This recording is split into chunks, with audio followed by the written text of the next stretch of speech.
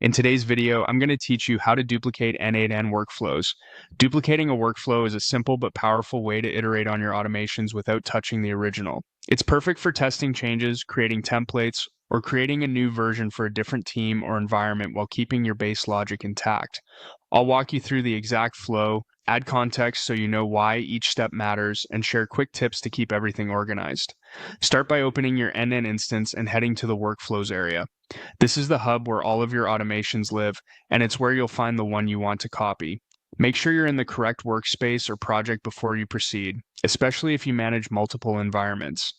Once you're on the home screen, click into Workflows to bring up the full list. Here you'll see your workflows arranged in a list with names, tags, and other helpful details. If you already know the exact workflow you're after, great. If not, the search bar at the top is the fastest way to narrow things down. Type a keyword from the workflow's name, a tag, or something you commonly use in your naming convention. Keeping your naming consistent pays off here because it makes the right workflow pop up quickly. If your list is long or you manage lots of projects, filters can make this even easier. Click the filter option and refine the list by attributes like tags or status. For example, filter to show only workflows tagged with a specific team, client, or environment label. Use whatever filter logic matches how you organize your space. The goal is to get to the exact workflow you want to duplicate as precisely and quickly as possible. Once you've found it, click the workflow to open it in the editor. You'll land on the canvas with all the nodes, connections, and settings visible. Take a moment to confirm you opened the right one. It's worth a quick glance at the name, the structure on the canvas, and any tags displayed so you know you're duplicating the correct setup. At the top of the editor, look for the three-dot menu. This is the overflow menu where additional workflow actions live. Open that menu and choose Duplicate. This tells N8N you want a new copy of the current workflow, preserving its structure and configuration so you can adjust it independently from the original. A dialog will appear asking for details for the new copy. First, give the duplicate a clear descriptive name.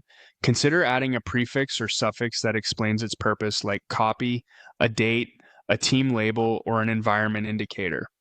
Good names make it easy to distinguish drafts, production versions, and experimental variants without opening each workflow to check. Next, choose or create a tag. Tags are incredibly handy for organizing your workspace and making workflows easy to find later.